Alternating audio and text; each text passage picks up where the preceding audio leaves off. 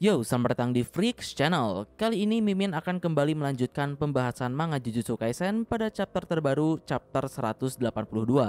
Oke, langsung saja. Pertama, seperti biasa, pada chapter sebelumnya kita mendapatkan beberapa hal yang menarik. Dari mulai point of view yang kini menyorot pada koloni Tokyo nomor 2, yaitu tempat di mana Hakari dan Panda berada, sampai dengan kita diperkenalkan tokoh baru bernama Charles Bernard.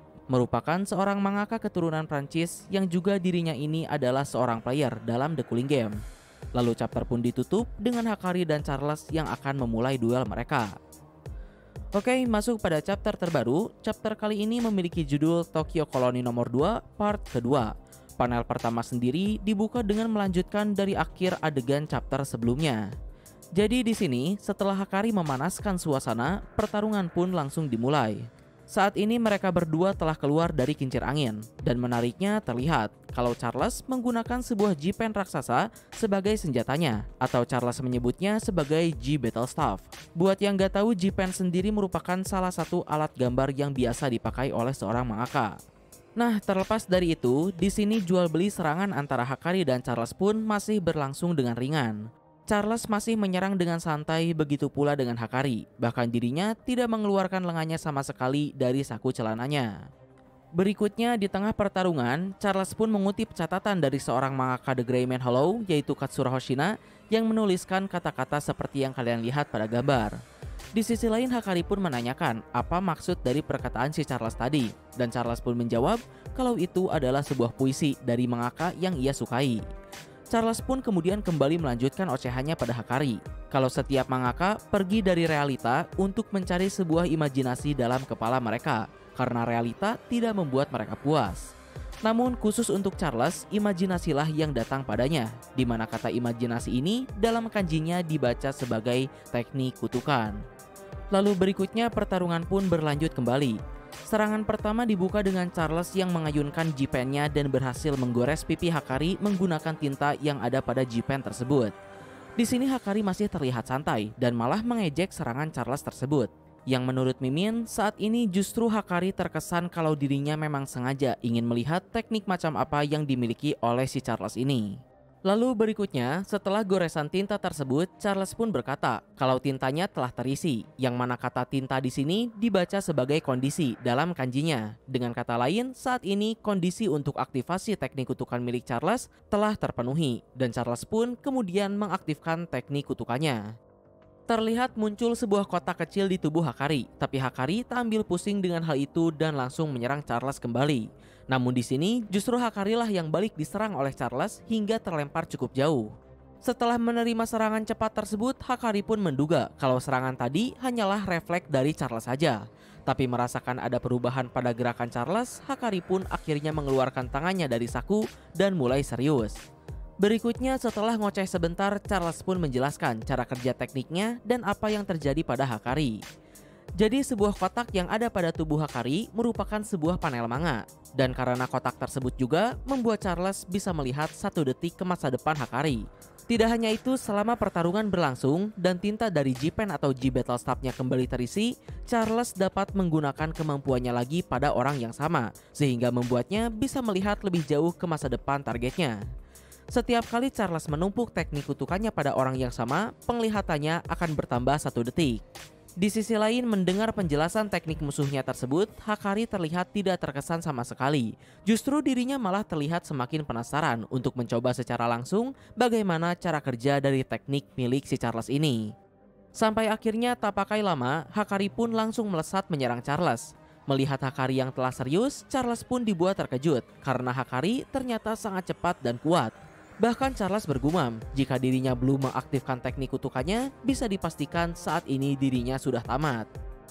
Tapi meskipun begitu, berkat tekniknya yang melihat masa depan, Charles pun mampu menghindari serangan Hakari dan balik menyerangnya. Di sisi lain, melihat serangannya dihindari, Hakari pun cukup terkesan sekaligus teryakinkan kalau Charles memang bisa melihat ke masa depan. Tapi kemudian tiba-tiba Hakari pun menghilang dan muncul di belakang Charles lalu menyerangnya. Apakah ini merupakan teknik kutukan milik Hakari? Jawabannya adalah tidak. Di sini Hakari hanya menggunakan kepala dan kemampuannya untuk mengelabui teknik milik Charles, di mana Hakari menduga meskipun Charles bisa melihat ke masa depan, tapi Charles harus tetap melihat targetnya untuk mengkonfirmasi hal tersebut. Untuk lebih jelasnya, jadi cara kerja melihat masa depan si Charles ini sama seperti ketika kita membaca sebuah manga. Seperti yang kalian tahu, membaca manga selalu dimulai dari panel atas ke bawah dan dari kanan ke kiri. Tapi meski kita membaca dari panel atas kanan pun, gambar yang ada di panel bawah kiri tetap akan terlihat meski cuma sekilas. Begitu pula dengan cara kerja teknik milik si Charles ini. Meski yang dia lihat adalah masa kini, namun sekilas masa depan juga akan terlihat olehnya. Tapi karena penglihatan utamanya tetap ada di masa kini, jadi Charles tetap membutuhkan waktu untuk mengkonfirmasi info yang ia dapat dalam 1 detik ke depan. Intinya seperti kita membaca manga saja. Ketika kita mulai dari panel atas, meskipun kita melihat sekilas gambar yang ada di panel kiri bawah, tetap untuk mengetahui apa yang terjadi berikutnya, kita harus memastikan apa yang sebenarnya terjadi di panel kiri bawah tersebut. Maka dari itu saat ini Hakari pun terus menyerang Charles melalui titik butanya sehingga Charles tak bisa melihatnya. Di sisi lain, Charles pun juga tidak bodoh. Mengetahui kalau Hakari akan selalu menyerang dari titik butanya, Charles juga berniat untuk menyerang balik Hakari di titik butanya itu.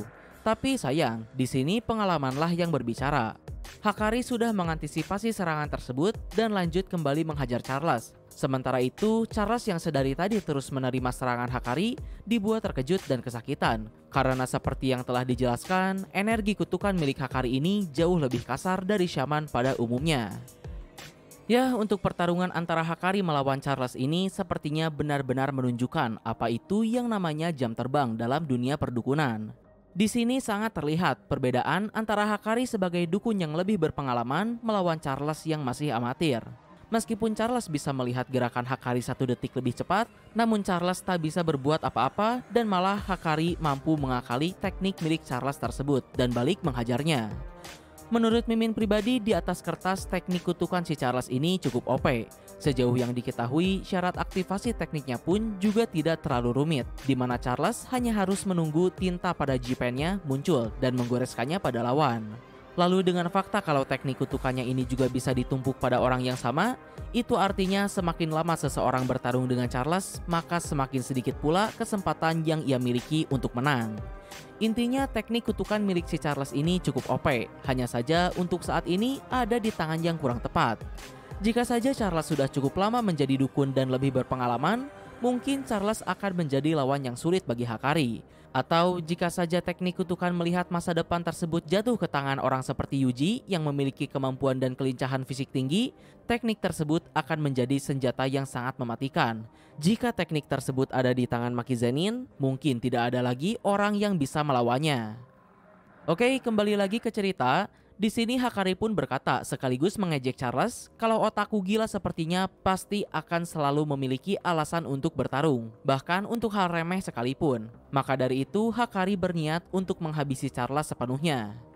Berikutnya merasa diremehkan, Charles pun kemudian mengoceh tak karuan, sampai akhirnya Charles pun mengaktifkan tekniknya kembali dan dengan pedenya Charles berteriak kalau sekarang dirinya bisa melihat 2 detik ke masa depan. Dengan begitu Charles akan menunggu Hakari di titik butanya, yang tentu artinya saat ini Charles sudah menutup jalur serangan Hakari. Karena sekarang seharusnya Charles bisa melihat Hakari walau dirinya menyerang dari titik butanya sekalipun. Tapi sayang bagi Charles, dalam diamnya tiba-tiba Domain Expansion diaktifkan. Yap, mendengar kini Charles bisa melihat lebih jauh, Hakari Kinji pun langsung melepaskan domainnya yang bernama The Restless Gambler aka Zasatsu Bakuto. Ya, jujur saja, Mimin tak menduga sedikit pun kalau Hakari telah menguasai Domain Expansion. Tak heran mengapa Gojo memasukkan Hakari sebagai salah satu orang yang memiliki potensi untuk melampaui dirinya. Secara saat ini sendiri, Hakari masihlah kelas 3. Nanami saja sebagai penyihir Jujutsu tingkat 1 yang sangat berpengalaman, sampai akhir hayatnya masih tidak mampu untuk menguasai puncak tertinggi dari teknik kutukannya itu. Yuta dan Megumi memanglah mampu menguasai teknik Domain Expansion, bahkan mereka lebih muda dari Hakari. Tapi khusus untuk mereka berdua, ada faktor-faktor spesial yang sedikit banyak mempengaruhi kemampuan mereka.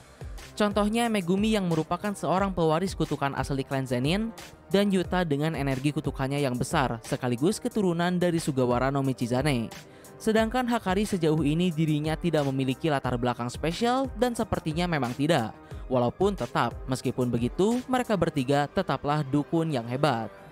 Nah, terlepas dari itu, tentu saja pertanyaannya, seperti apakah domain expansion milik si Hakari ini? Apakah domain yang dia keluarkan merupakan domain versi lama atau versi baru? Terkait dengan itu, sayangnya masih belum bisa dipastikan, karena meskipun di sini disebutkan, berkat efek pasti kena dari domain Hakari, aturan yang ada dalam domain miliknya langsung ditransfer ke dalam pikiran Charles.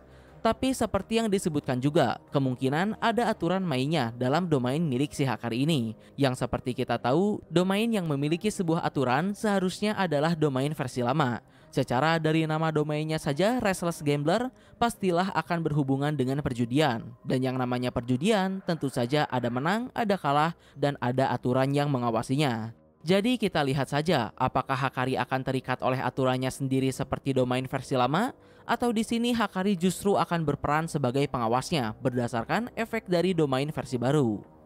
Karena menurut Mimin, domain milik si Hakari ini setipe dengan milik Higuruma, di mana ada sebuah aturan dan permainan di dalamnya.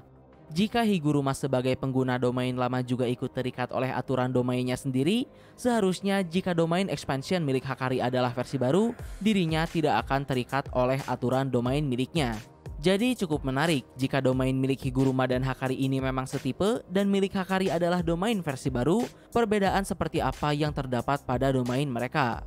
Dan lalu tidak hanya itu, dalam bahasa Jepang Restless Gambler sendiri bernama Zasatsu Bakuto, yang seperti biasa, di sini GG Akutami memainkan kata-kata kembali. Karena dalam bahasa Jepang, nama tersebut terdiri dari 3 kata, yaitu duduk, membunuh, dan berjudi. Jadi kemungkinan apapun yang ada dalam domain Hakari akan berhubungan dengan 3 hal tersebut. Dan menariknya lagi, gestur tangan yang dikeluarkan oleh Hakari ini merupakan simbol dari salah satu 7 dewa keberuntungan, yaitu Benzaiten. Ya, di akhir menurut Mimin selain keren, chapter ini adalah chapter yang unik. Karena seperti biasa, GG Akutami selalu menembus pakem-pakem cerita animanga pada umumnya. Dalam duel antara Charles dan Hakari ini, alih-alih meneriakkan nama mereka satu sama lain dengan impian mereka menjadi Raja Iblis atau apapun itu, Charles selalu memberikan permainan kata-kata sembari mereferensikan sesuatu dari animanga-animanga lain yang ada di dunia nyata.